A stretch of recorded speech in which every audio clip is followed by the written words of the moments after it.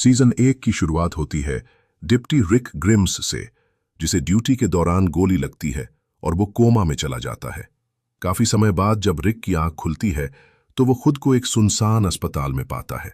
चारों तरफ सन्नाटा होता है, कोई इंसान नहीं, और धीरे धीरे उसे एहसास होता है कि दुनिया पूरी तरह बदल चुकी है। अस्पताल से बाहर निकलकर रिक देखता है कि हर जगह तबाही फैली हुई है और इंसान अब ज़ॉम्बीज में बदल चुके हैं, जिन्हें लोग वॉकर्स कहते हैं। अपने परिवार, पत्नी लॉरी और बेटे कार्ल को ढूंढने के लिए रिक निकल पड़ता है। रास्ते में उसकी मुलाकात मॉर्गन जोन्स और उसके बेटे ड्वेन से होती है। मॉर्गन रिक को इस नई दुनिया के नियम समझाता है कि वॉकर्स को मारने के लिए उनके सिर को नष्ट करना पड़ता है, और अगर कोई वॉकर काट ले तो वो इंसान भी धीरे धीरे वॉकर बन जाता है। कुछ समय साथ बिताने के बाद रिक मॉर्गन और ड्वेन को छोड़कर अटलांटा जाने का फैसला करता है, क्योंकि उसे लगता है कि वहां शायद उसका परिवार मिल जाए। लेकिन अटलांटा पहुंचते ही रिक पर वॉकर्स का एक बड़ा झुंड हमला कर देता है। वो बुरी तरह फंस जाता है। तभी अचानक ग्लेन नाम का एक लड़का उसे बचा लेता है। ग्लेन शहर में सामान इकट्ठा करने आया होता है ताकि अपने सर्वाइवर ग्रुप के पास ले जा सके। वो रिक को अपने साथ आने के लिए कहता है। रिक ग्लेन के साथ उसके ग्रुप तक पहुंचता है। इस ग्रुप में कई लोग होते हैं, जैसे मर्ल, जो बहुत ही बदतमीज और खतरनाक इंसान है। उसकी हरकतों से परेशान होकर रिक उसे एक पाइप से हथकड़ी लगाकर छोड़ देता है। इसी बीच वॉकर्स का हमला हो जाता है और हालात इतने खराब हो जाते हैं कि रिक और बाकी लोगों को मजबूरी में मर्ल को वहीं छोड़कर भागना पड़ता है।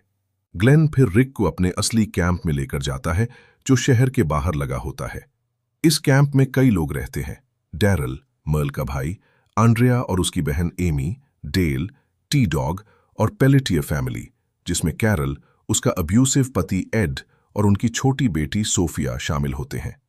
लेकिन रिक के लिए सबसे बड़ा झटका तब लगता है जब वो देखता है कि उसका सबसे अच्छा दोस्त शेन, उसकी पत्नी लॉरी और उसका बेटा कार्ल भी उसी कैंप में है। रिक अपने परिवार से मिलकर बहुत खुश होता है।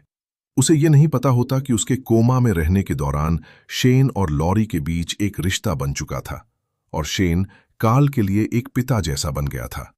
बाद में लॉरी शेन से रिश्ता खत्म कर देती है, लेकिन शेन के अंदर रिक के लिए जलन और गुस्सा बढ़ता जाता है, जिससे दोनों के बीच तनाव बना रहता है।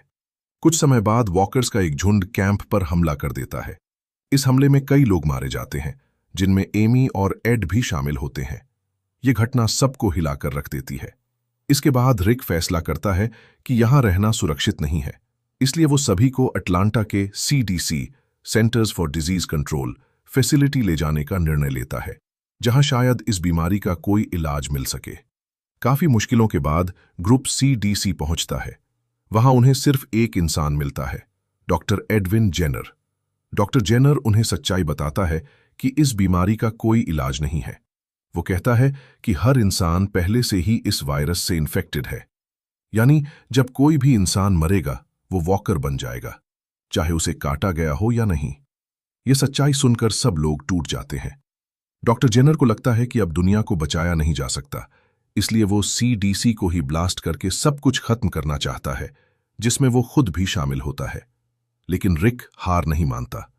वो अपने ग्रुप को समझाता है और उन्हें वहां से बाहर निकलने में मदद करता है। आखिरी समय पर सब लोग बाहर निकल जाते हैं, जबकि डॉक्टर जेनर वहीं रहकर खुद को ब्लास्ट में खत्म कर देता है। सीजन 2 की शुरुआत होती है जब रिक अपने पूरे ग्रुप के साथ एक सुरक्षित और स्थायी जगह की तलाश में सफर कर रहा होता है। रास्ता मुश्किलों से भरा होता है और हर पल खतरा बना रहता है। इसी दौरान एक हाईवे पर रुके हुए अचानक वॉकर्स का एक झुंड आ जाता है। सभी लोग छुपने की कोशिश करते हैं, लेकिन इस अफरा तफरी में कैरल की छोटी बेटी सोफिया जंगल की तरफ भाग जाती है और वहीं खो जाती है। सोफिया को ढूंढने के लिए रिक और बाकी लोग जंगल में खोज शुरू करते हैं। इसी खोज के दौरान एक हादसा हो जाता है। कार्ल को गलती से एक शिकारी गोली मार देता है। यह शिकारी ओटिस होता है। ओटिस तुरंत रिक की मदद करता है और उन्हें हर्शल ग्रीन के फार्म हाउस पर लेकर जाता है। हर्शल एक सख्त लेकिन समझदार इंसान होता है, जो उन्हें अस्थायी तौर पर रहने की इजाजत देता है। कार्ल की हालत गंभीर होती है और उसे बचाने के लिए कुछ खास मेडिकल सप्लाईज की जरूरत होती है। इसलिए शेन और ओटिस पास के एक मेडिकल सेंटर में दवाइयां लेने जाते हैं। लेकिन वहां वॉकर्स का झुंड उन्हें घेर लेता है। जान बचाने के लिए शेन एक खौफनाक फैसला लेता है। वह ओटिस के पैर में गोली मार देता है ताकि वॉकर्स उसे पकड़ लें और वह खुद भाग सके। शेन दवाइयां लेकर वापस आता है और सबको झूठ बताता है कि ओटिस ने खुद को सैक्रिफाइस कर दिया। हर्षल उन दवाइयों की मदद से काल की जान बचा लेता है। धीरे धीरे बाकी लोग हर्षल के फार्म पर रहने लगते हैं। हर्षल शुरुआत में उन्हें पसंद नहीं करता, लेकिन कुछ शर्तों के साथ उन्हें रहने देता है। इस बीच डैरल कैरल के करीब आ जाता है और दोनों के बीच एक मजबूत दोस्ती बनती है। डैरल सोफिया को ढूंढने में सबसे ज्यादा मेहनत करता है। दूसरी तरफ लॉरी को पता चलता है कि वो प्रेग्नेंट है, लेकिन उसे यह समझ नहीं आता कि बच्चा रिक का है या शेन का, जिससे रिक और शेन के बीच टेंशन और बढ़ जाता है। ग्लेन और हर्षल की बेटी मैगी के बीच भी प्यार बढ़ता है, लेकिन वे इस रिश्ते को हर्षल से छुपा कर रखते हैं। कुछ समय बाद ग्लेन को एक बड़ा राज पता चलता है। हर्षल ने अपने बार्न में कई वॉकर्स को बंद करके रखा हुआ है। हर्षल का मानना होता है कि ये वॉकर्स अभी भी इंसान हैं और एक दिन उनका इलाज मिल सकता है। जब रिक को यह पता चलता है तो वो इस बात से परेशान होता है, लेकिन शेन इस बात से पूरी तरह भड़क जाता है। एक दिन शेन गुस्से में आकर बार्न के दरवाजे खोल देता है और सभी वॉकर्स को बाहर निकाल देता है। रिक और बाकी लोग मिलकर उन वॉकर्स को एक एक करके मारते हैं, लेकिन आखिर में जब आखिरी वॉकर बाहर आता है तो वो सोफिया होती है। ये देखकर सब लोग टूट जाते हैं, खासकर कैरल। इतने दिनों से जिस सोफिया को वे जिंदा ढूंढ रहे थे, वो अब एक वॉकर बन चुकी होती है। इस घटना के बाद हर्षल पूरी तरह टूट जाता है और शराब पीने के लिए पास के एक बार में चला जाता है। रिक और ग्लेन उसे वापस लाने जाते हैं, लेकिन वहां कुछ खतरनाक लोग उन्हें घेर लेते हैं। रिक मजबूरी में उन लोगों को मार देता है। भागते समय उनमें से एक आदमी रैंडल घायल हो जाता है। रिक उसे मरने के लिए नहीं छोड़ता और फार्म पर लेकर आता है। अब ग्रुप के सामने एक नई समस्या खड़ी हो जाती है। रैंडल के साथ क्या किया जाए? अगर उसे छोड़ दिया जाए तो वो अपने लोगों को फार्म तक ले आ सकता है, लेकिन अगर उसे मार दिया जाए तो वो इंसानियत के खिलाफ होगा।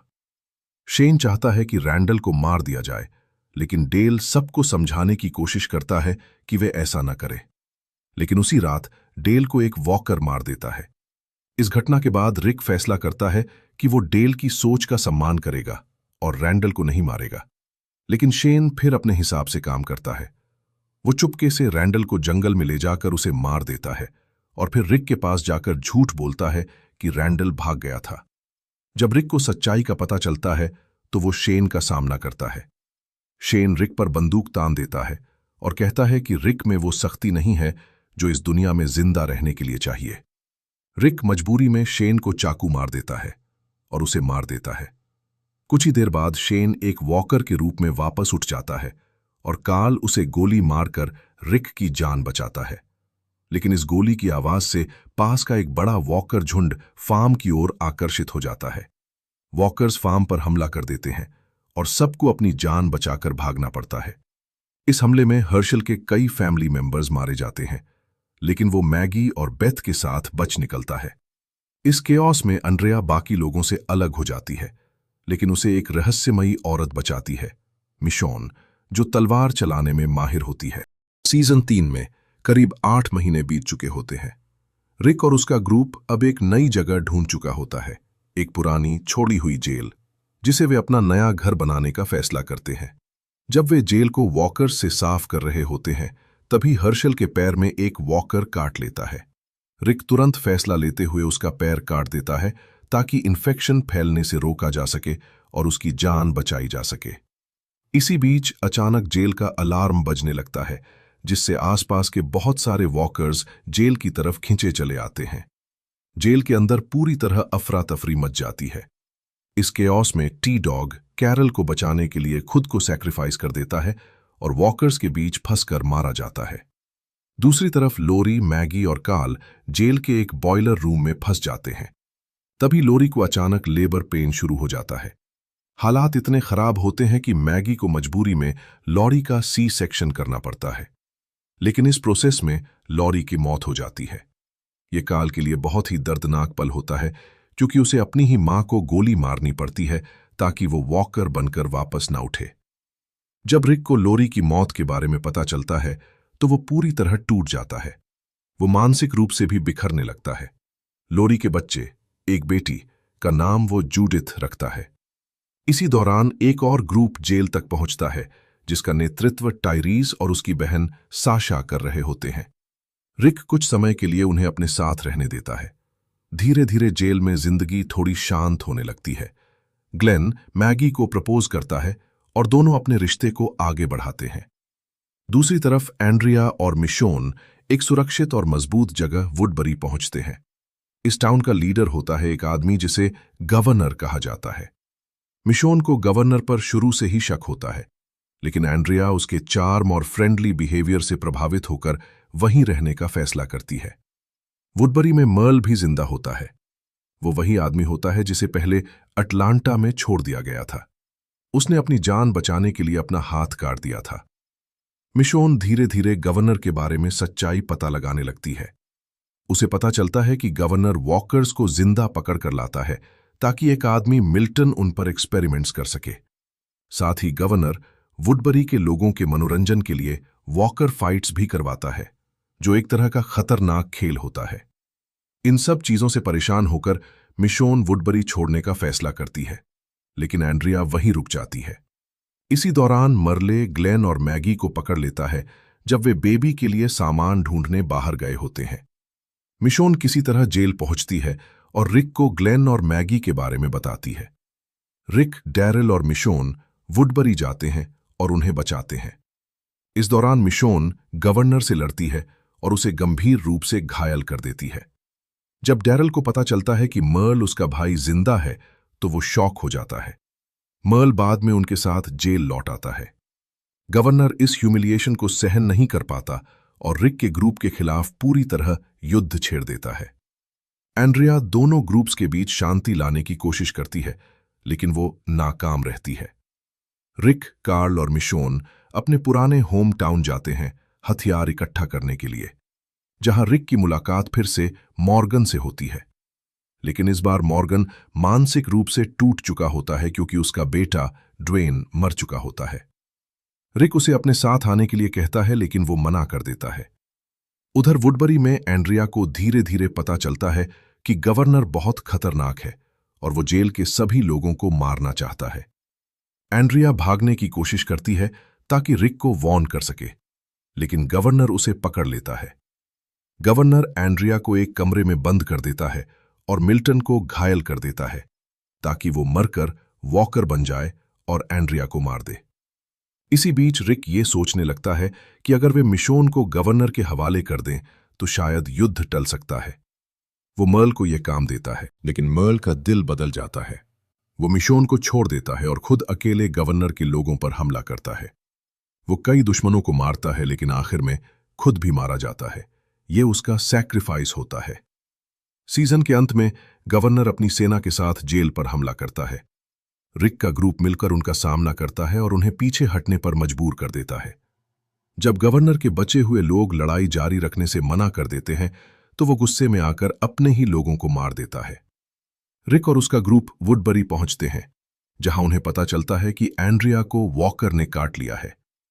एंड्रिया अपने पुराने दोस्तों से आखिरी बार मिलती है और फिर खुद को गोली मारकर अपनी जिंदगी खत्म कर देती है ताकि वो वॉकर न बने। सीजन 4 की शुरुआत में जेल में रहने वाले सभी लोग, जिनमें अब वुडबरी के बचे हुए लोग भी शामिल हैं, काफी महीनों से शांति से रह रहे होते हैं। जिंदगी धीरे धीरे नॉर्मल होने लगती है और सभी लोग एक स्टेबल लाइफ जीने की कोशिश कर रहे होते हैं।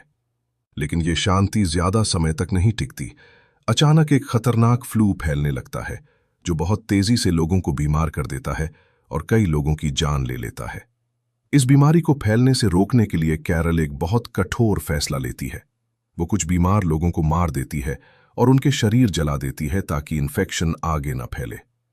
कैरल अब पहले से ज्यादा मजबूत और प्रैक्टिकल बन चुकी होती है, खासकर अपने पति और बेटी की मौत के बाद।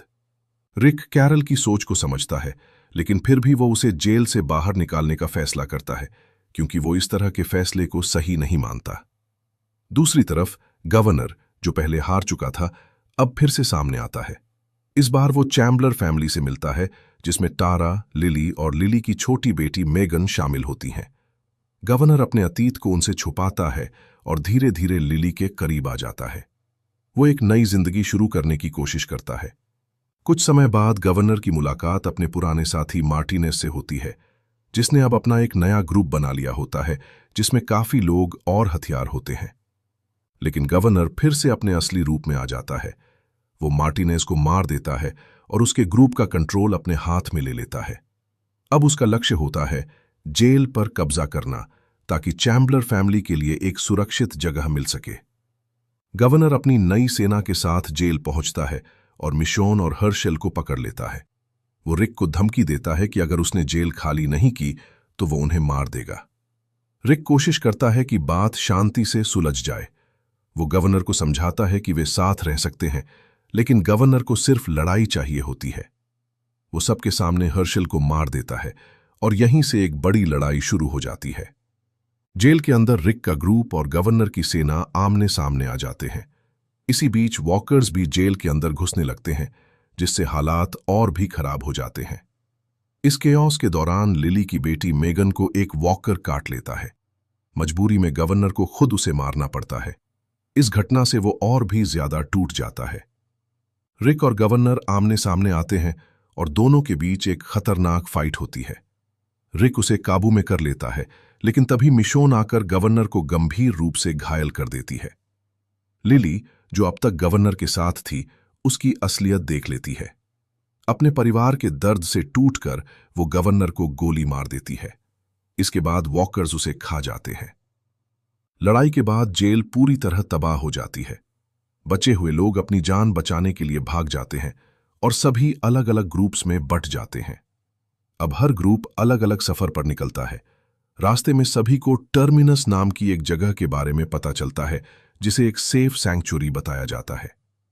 अपने अपने रास्तों पर चलते हुए हर ग्रुप को कई मुश्किलों का सामना करना पड़ता है। एक जगह कैरल को एक बहुत ही कठिन फैसला लेना पड़ता है। वो एक छोटी लड़की को मार देती है, जिसने अपनी ही बहन को मार दिया था, इस उम्मीद में कि वो वॉकर बनकर वापस आएगी। ये दिखाता है कि इस दुनिया ने लोगों को कितना बदल दिया है। दूसरी तरफ बेथ को कुछ रहस्यमयी लोग किडनैप कर लेते हैं। ग्लेन टारा के साथ सफर करते हुए एब्राहम फोर्ड, रोजिता एस्पिनोजा और यूजीन पोर्टर से मिलता है।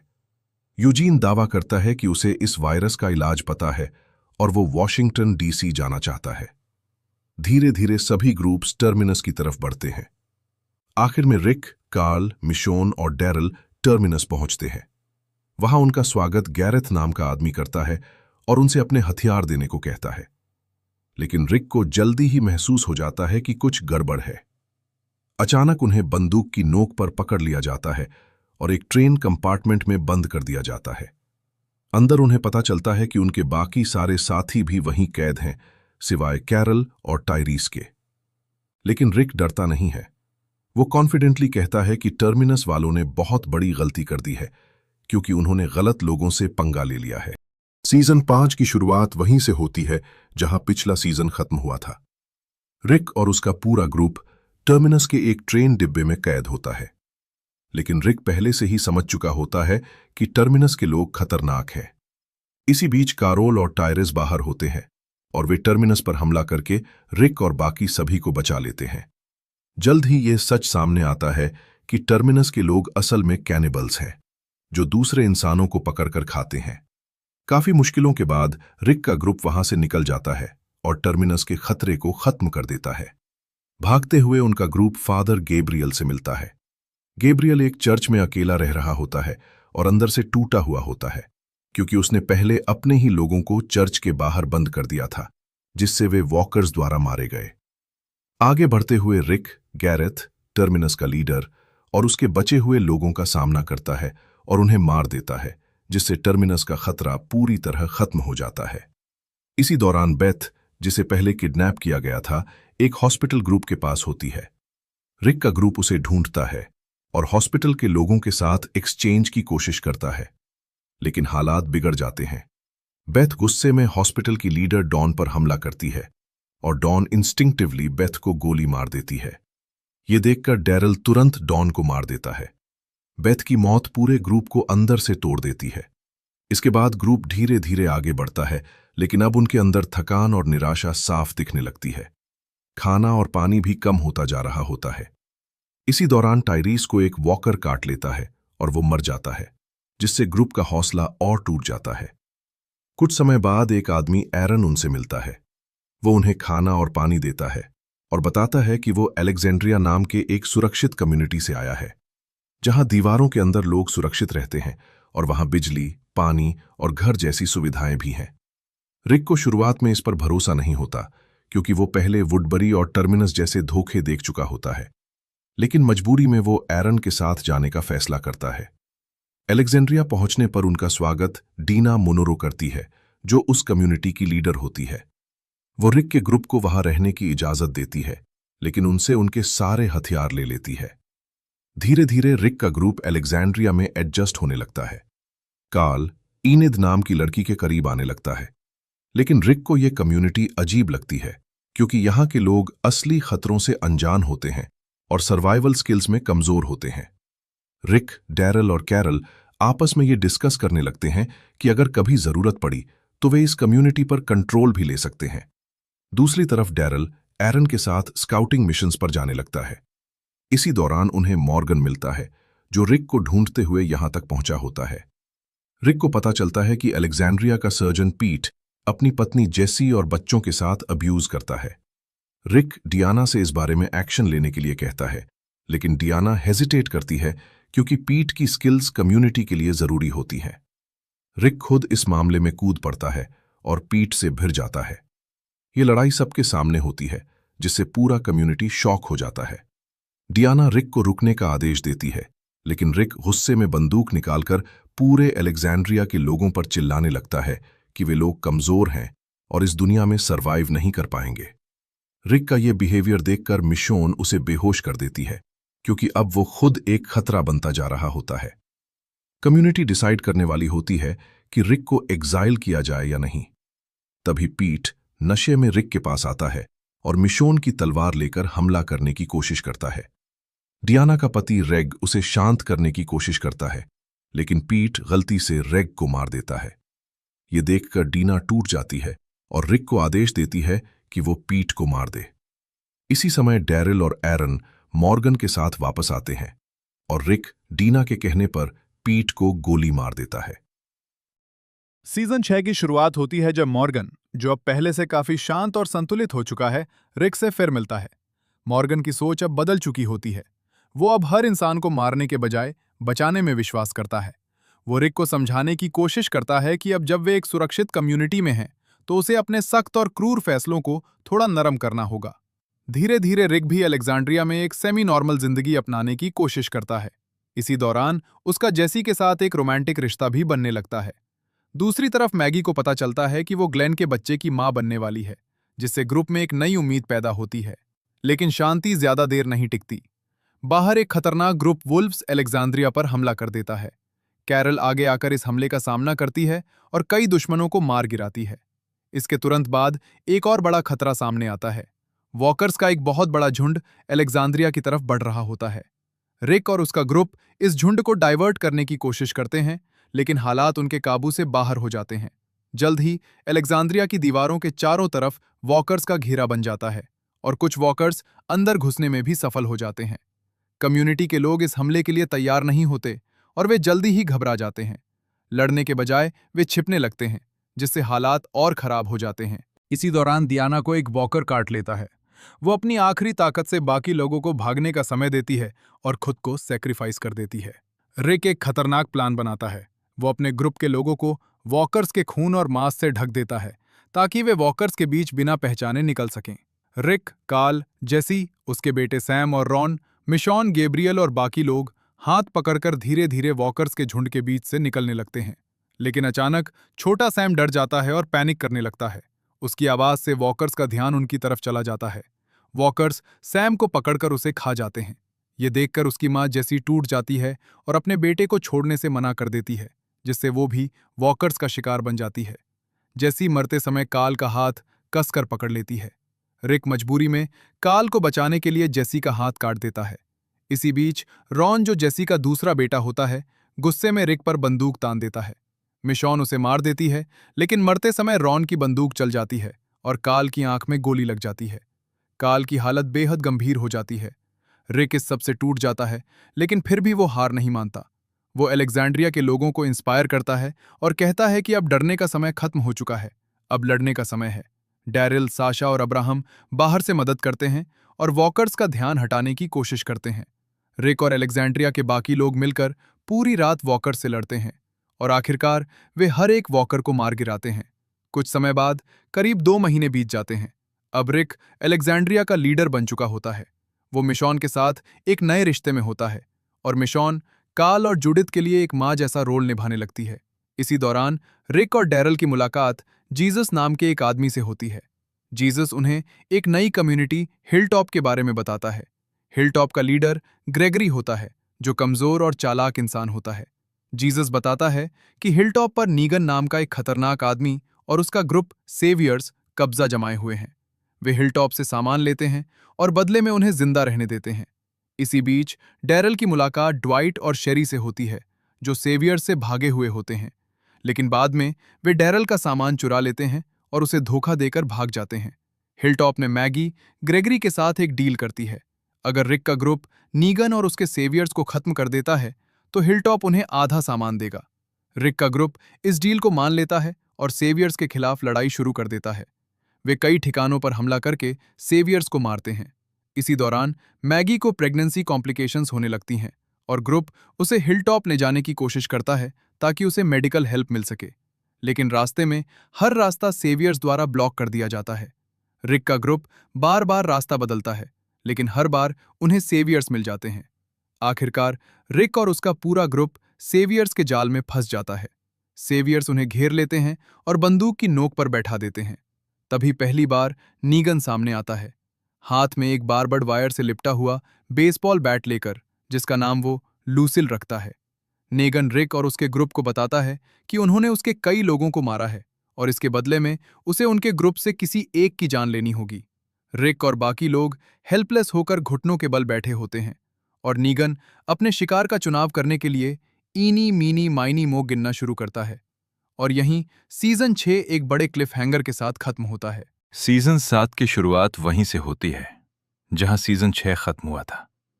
रिक और उसका पूरा ग्रुप नीगन और उसके सेवियर्स के सामने घुटनों के बल बैठा होता है। नीगन अपने तरीके से ईनी मीनी माइनी मो खेलकर अपने शिकार का चुनाव करता है और आखिरकार वो इब्राहिम को चुनता है।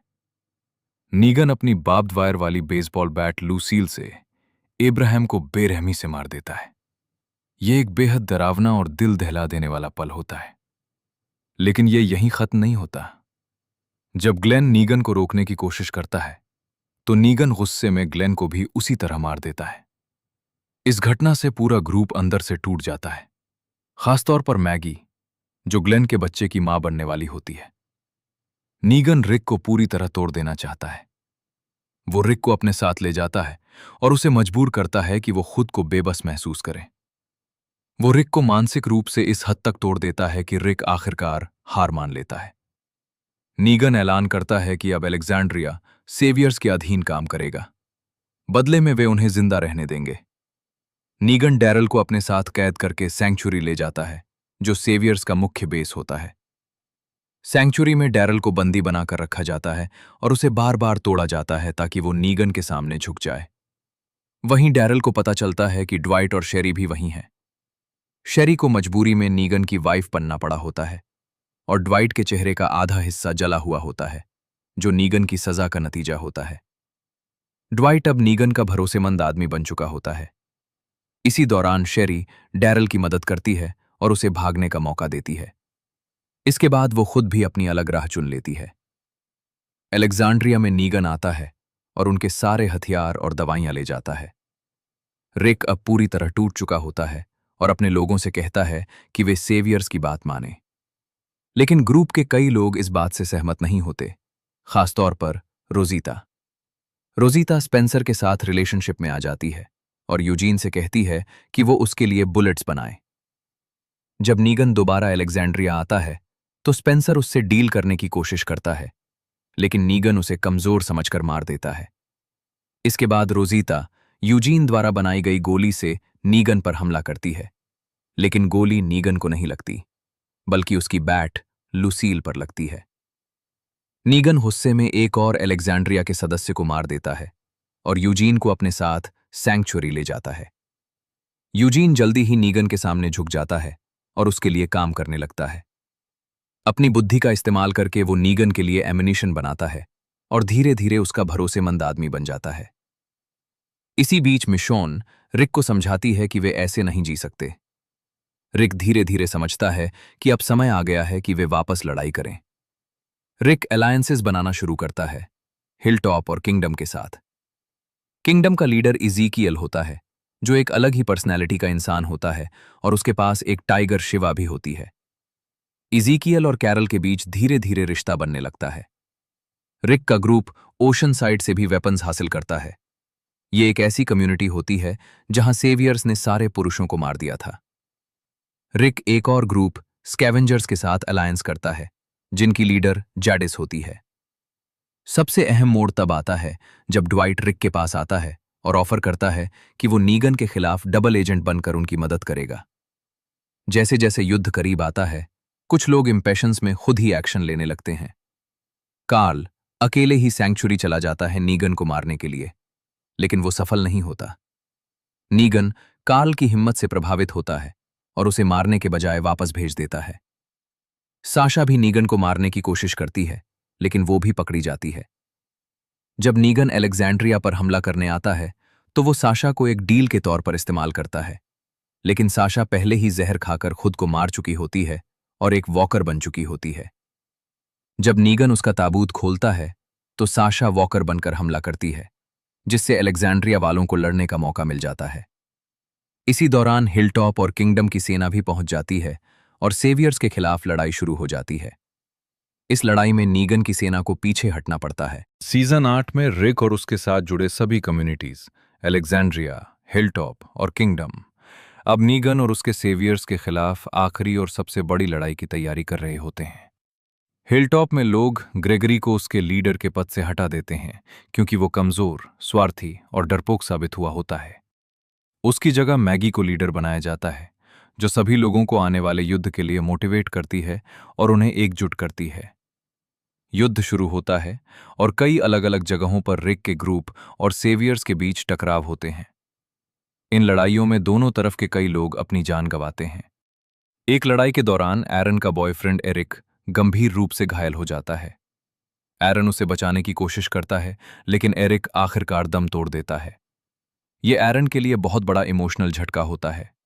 दूसरी तरफ किंगडम की सेना भी एक खतरनाक लड़ाई में फंस जाती है। सेवियर्स उन्हें घेर लेते हैं और एक एक करके किंगडम के सैनिक मारे जाते हैं। इस लड़ाई में इज़ीकियल का सबसे भरोसेमंद साथी, उसका पालतू बाघ शिवा भी मारा जाता है। शिवा अपनी जान देकर इज़ीकियल को बचाता है। इन सब घटनाओं के बीच रिक के ग्रुप को सबसे बड़ा झटका तब लगता है जब कार्ल को एक वॉकर काट लेता है। यह घटना तब होती है जब कार्ल सिद्दिक नाम के एक आदमी को अलेक्जेंड्रिया ला रहा होता है ताकि वो ग्रुप का हिस्सा बन सके। कार्ल को अपनी हालत का अंदाजा हो जाता है, लेकिन वो डरने के मकसद के साथ जीता है।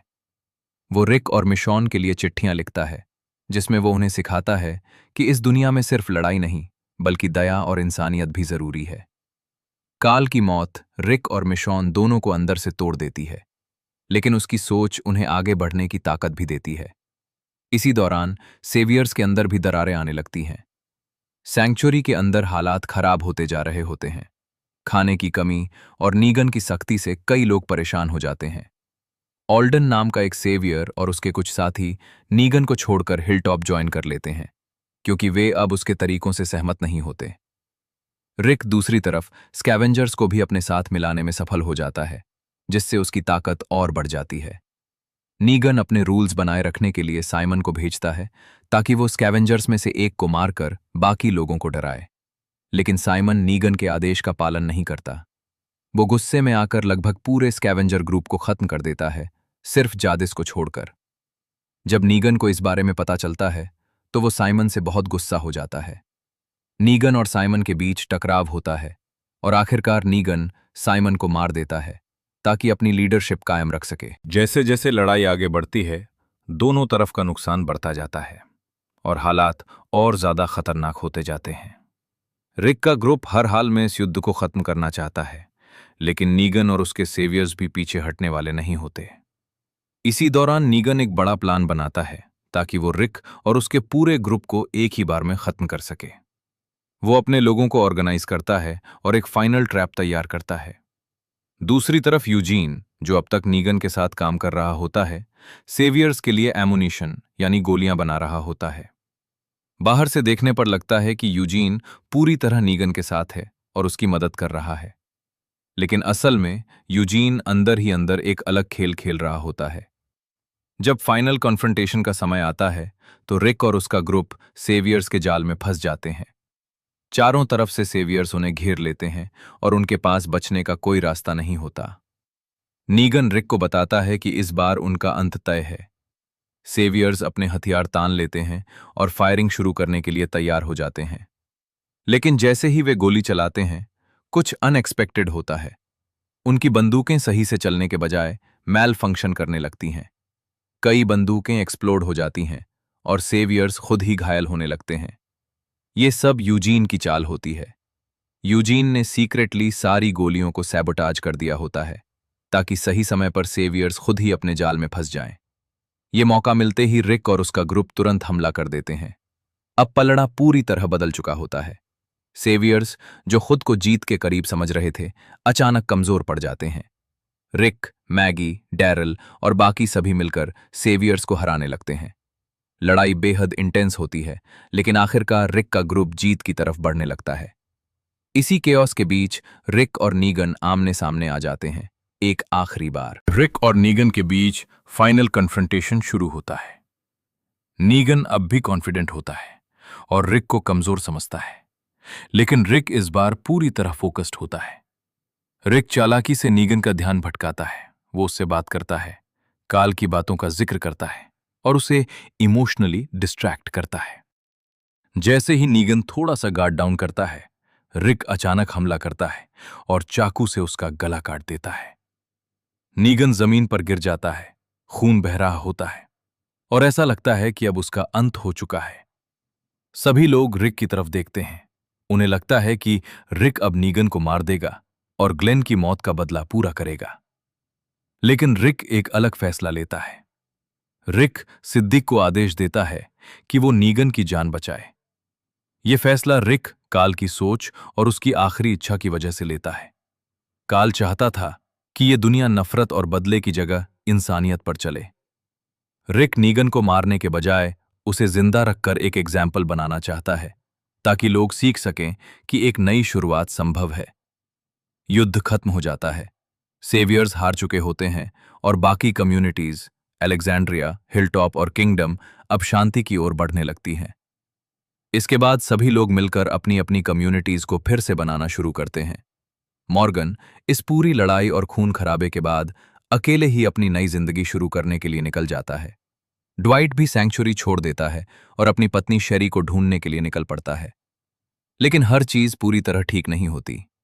मैगी रिक के इस फैसले से खुश नहीं होती। वो ग्लेन की मौत को नहीं भूली होती और उसे लगता है कि नीगन को जिंदा छोड़ना गलत है। वो अंदर ही अंदर रिक से नाराज रहती है और फैसला करती है कि एक दिन वो नीगन से बदला जरूर लेगी। सीजन 9 की शुरुआत होती है। नीगन और सेवियर्स की हार के लगभग 18 महीने बाद अब अलग अलग कम्युनिटीज, अलेक्जेंड्रिया, हिलटॉप, किंगडम मिलकर एक नई दुनिया बनाने की कोशिश कर रही होती हैं। एक ऐसी दुनिया जहां शांति हो और लोग मिलकर जिएं। इस दौरान कैरल और एज़ेकिएल एक अनाथ बच्चे हेनरी को गोद लेते हैं और उसे अपने बेटे की तरह पालते हैं।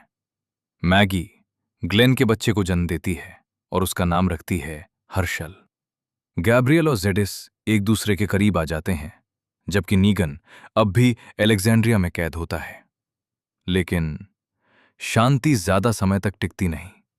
कुछ पुराने सेवियर्स अब भी नीगन के तरीकों को सही मानते हैं और नई जिंदगी से खुश नहीं होते। हिलटॉप में ग्रेगरी मैगी को मारने की कोशिश करता है ताकि वो फिर से लीडर बन सके, लेकिन मैगी उसे पकड़ लेती है और सबके सामने उसे फांसी दे देती है। ये एक बड़ा संकेत होता है कि अब मैगी पहले वाली नहीं रही। इसी दौरान जेडिस सीक्रेटली कुछ लोगों को एक मिस्टीरियस ग्रुप को दे रही होती है जो हेलीकॉप्टर से आते हैं।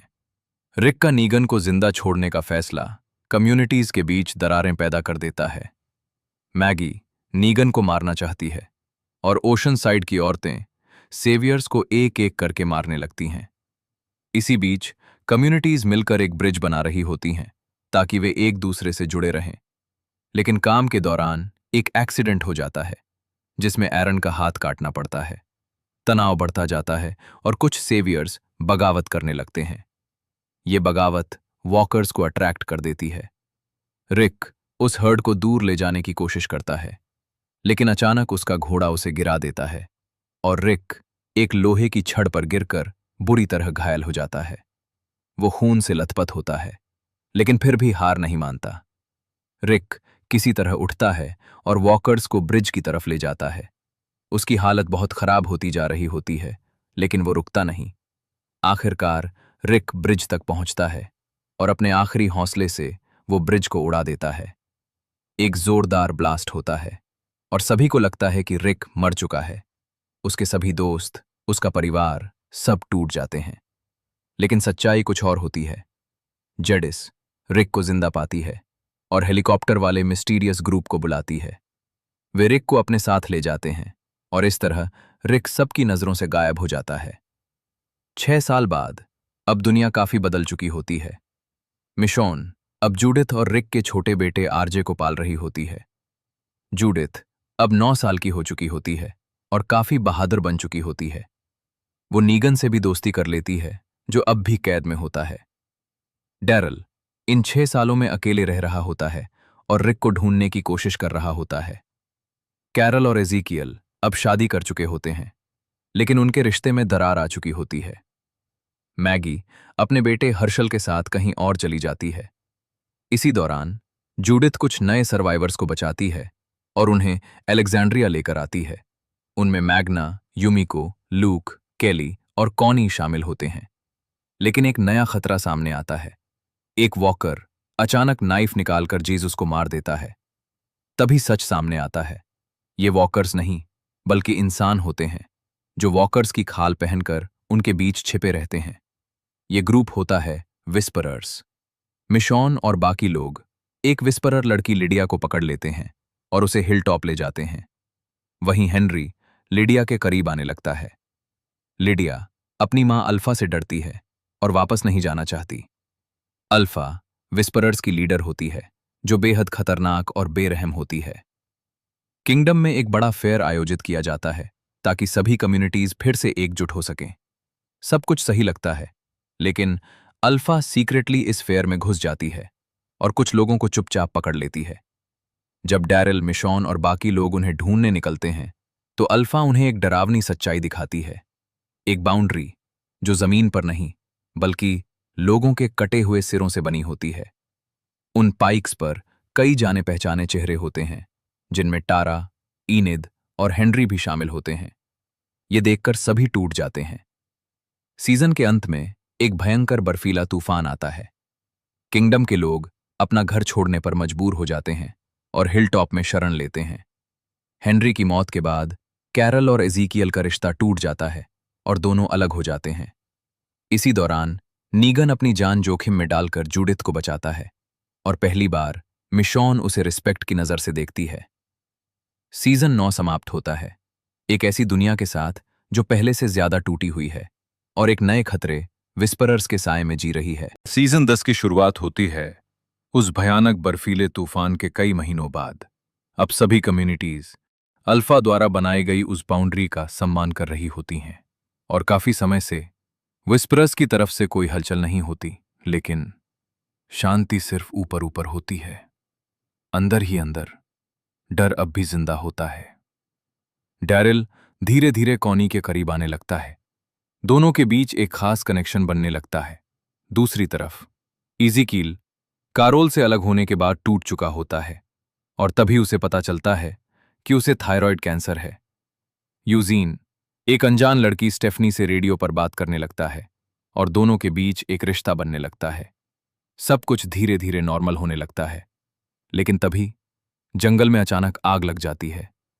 मिशॉन एक टीम लेकर विस्परर्स की बाउंड्री के पार जाती है ताकि आग को फैलने से रोका जा सके, लेकिन अल्फा इसे नियम तोड़ना मानती है और सजा के तौर पर और ज्यादा जमीन मांगती है।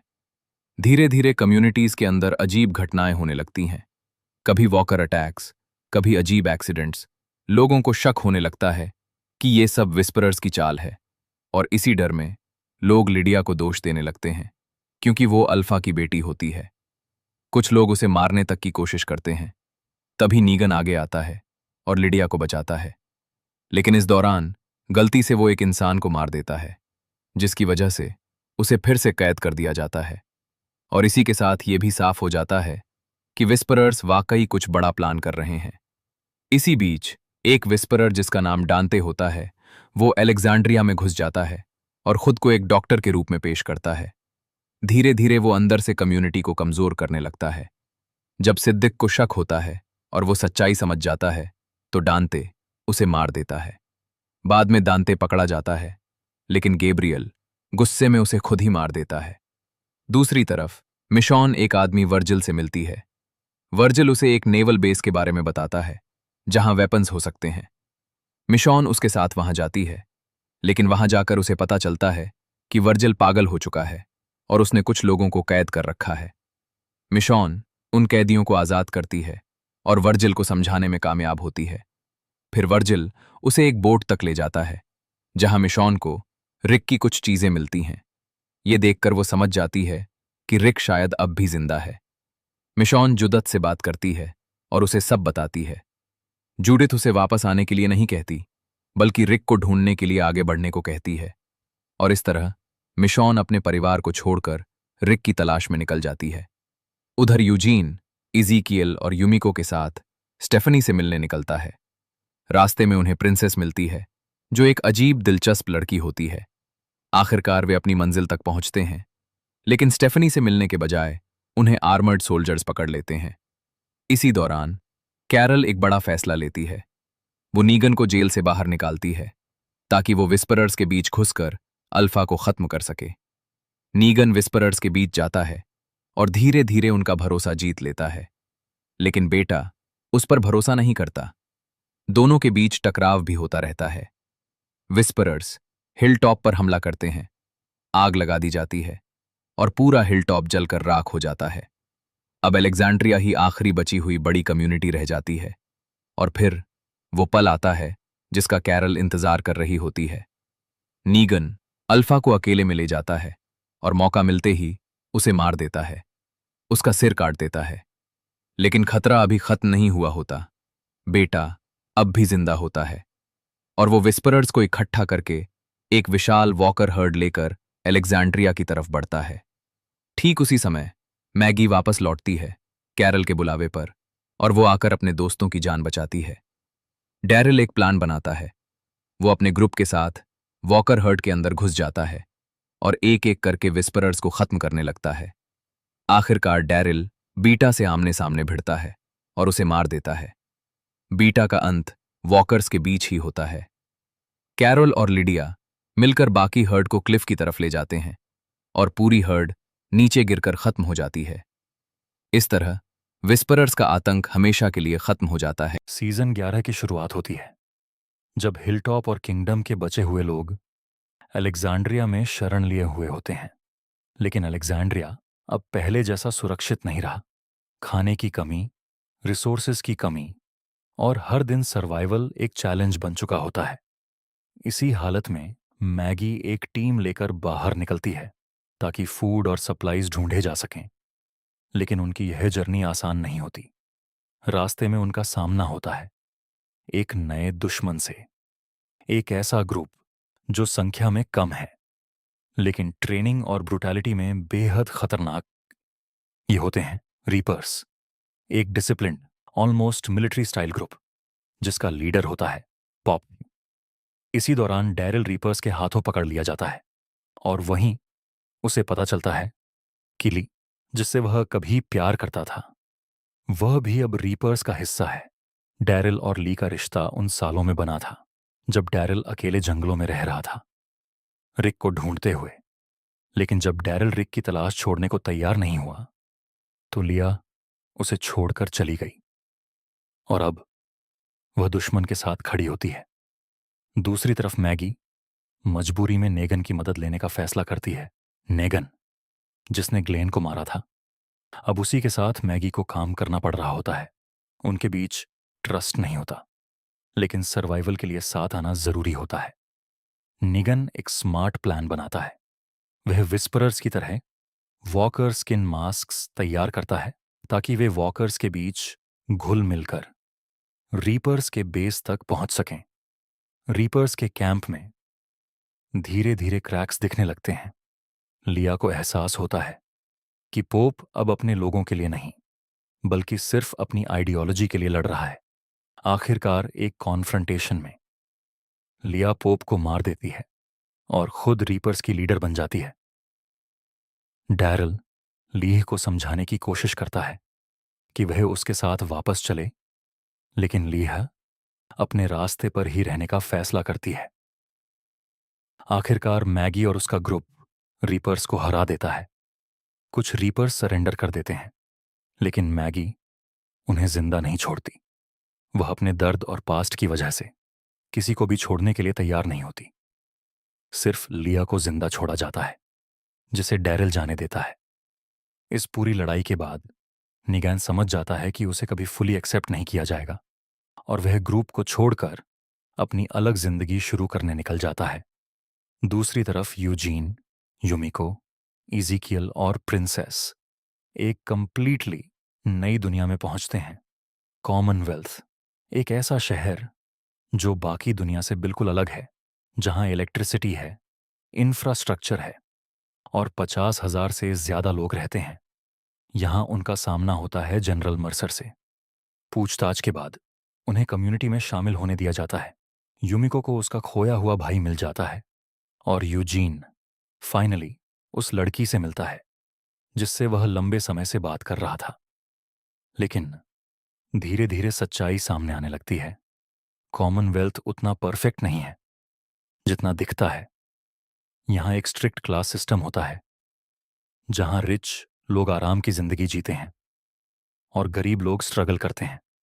गवर्नर पैमेला मिल्टन इस पूरे सिस्टम को कंट्रोल करती है और उसका बेटा सेबेस्टियन पावर का गलत इस्तेमाल करता है। लैंस हॉर्न्सबी क्वाइटली अपनी पावर बढ़ाने की कोशिश कर रहा होता है। वह अलेक्जेंड्रिया और बाकी कम्युनिटीज पर कंट्रोल चाहता है। इसी दौरान कई बिट्रेयल्स होते हैं, कई अलायंसेस बनते और टूटते हैं।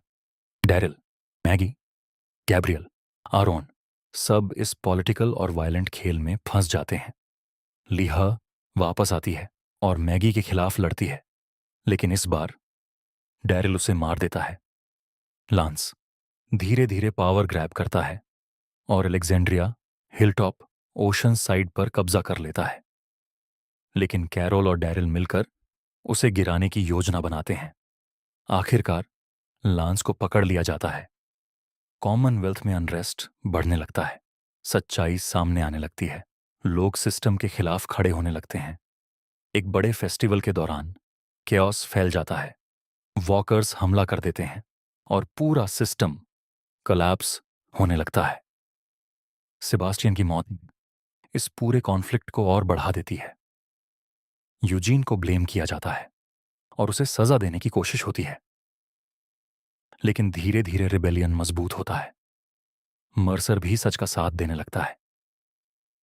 फाइनल बैटल में कॉमनवेल्थ दो हिस्सों में बांट जाता है। पैमेला एलीट लोगों को बचाने की कोशिश करती है, लेकिन डैरिल और बाकी लोग सभी को बचाने के लिए लड़ते हैं।